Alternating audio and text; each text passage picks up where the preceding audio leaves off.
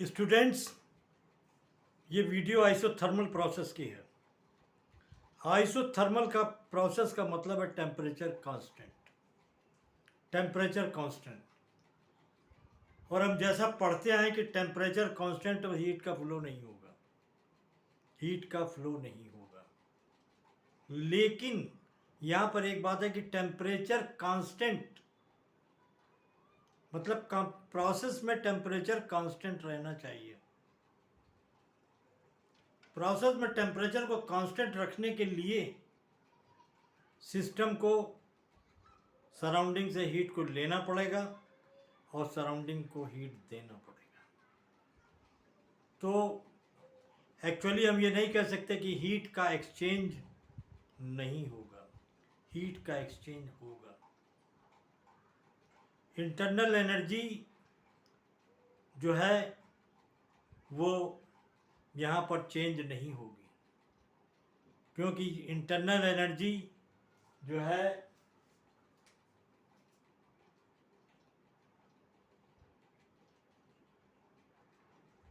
Temperature का proportional होती है। इससे internal energy function of the temperature है। फंक्शन ऑफ टेम्परेचर का मतलब कि टेम्परेचर चेंज होगा, इंटरनल एनर्जी चेंज। लेकिन यहाँ टेम्परेचर चेंज नहीं होगा, इंटरनल एनर्जी। लेकिन आपको टेम्परेचर को कांस्टेंसी मेंटेन करनी है। तो देखिए, आइए देखते हैं कि there are several process which are used in thermodynamics. Heat exchange occurs to maintain the constant temperature, so it is not necessary.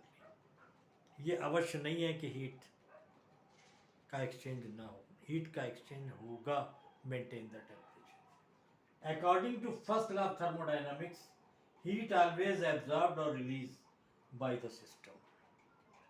Heat जो है हमेशा सिस्टम से को दी जाती है, सिस्टम से रिलीज होती है इक्वल टू वर्क डन, और वर्क डन में चेंज हो जाती है। वर्क डन में चेंज हो जाती है बाय द सिस्टम और ऑन द सिस्टम।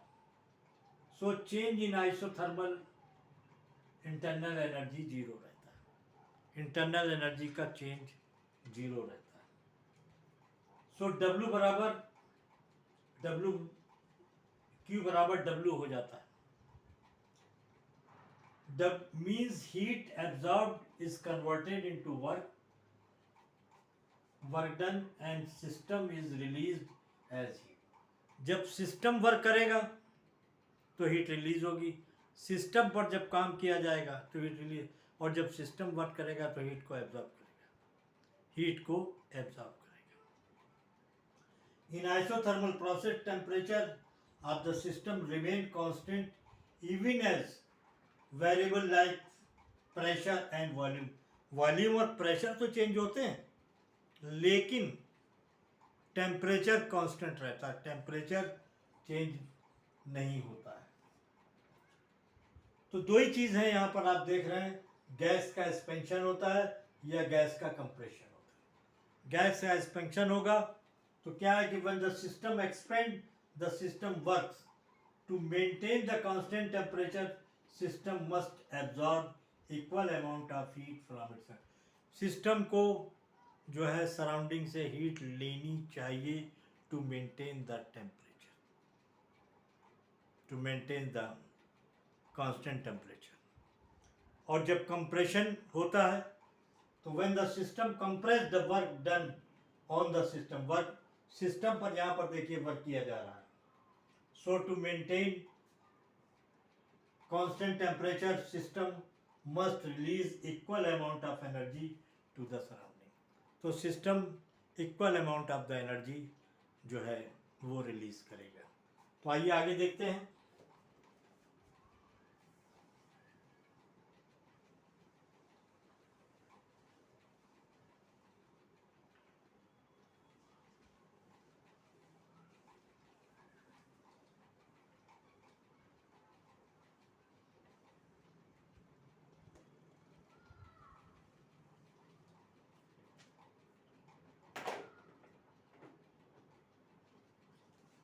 यहाँ पर देखिए फिगर 1 है, ये फिगर 2 है, ये फिगर 3 है। यहाँ पर देखिए फिगर 1 में, figure 1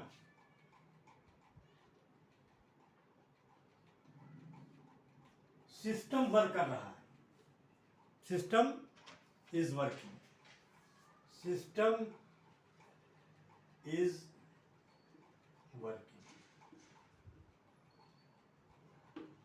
system is working, it is taking heat, it is taking heat,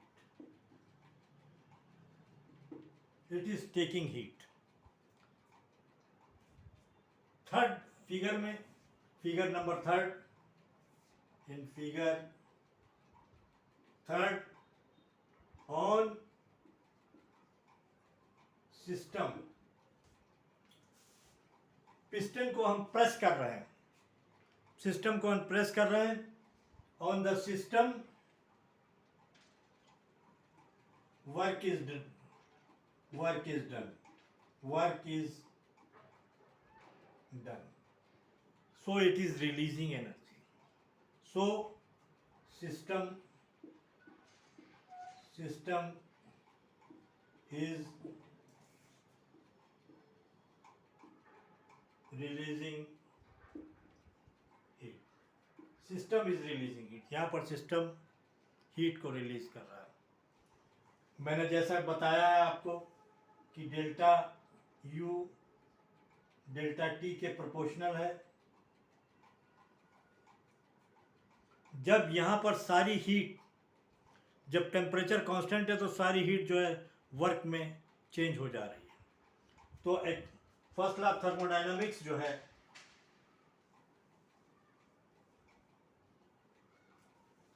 का फार्मूला, जब टेम्परेचर जो है डेल्टा टी 0 है तो डेल्टा यू भी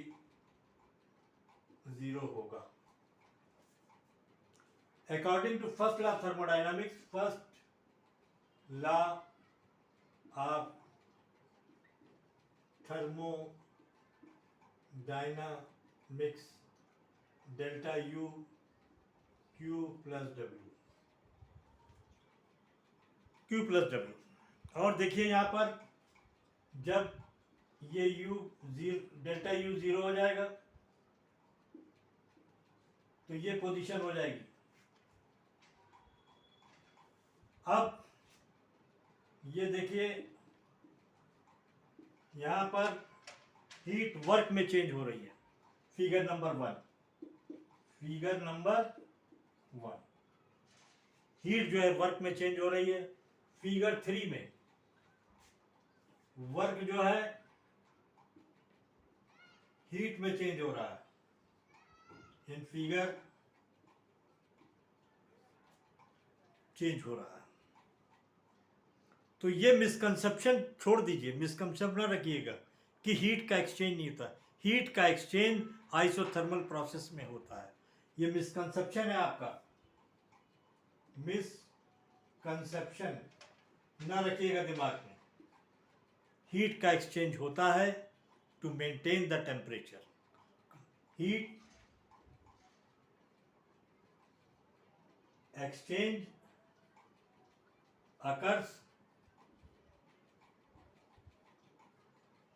to maintain constant temperature। Constant temperature को मेंटेन करने के लिए हीट का एक्सचेंज होगा। तो ऐसे ही अभी आपको ये आइसोथर्मल है, आइसोबैरिक हो गया, एडियाबैटिक, आइसोकोरिक, इनको भी मैं आपको समझाऊंगा ताकि आपका कन्फ्यूजन बिल्कुल से दूर हो जाए। Okay, thank you.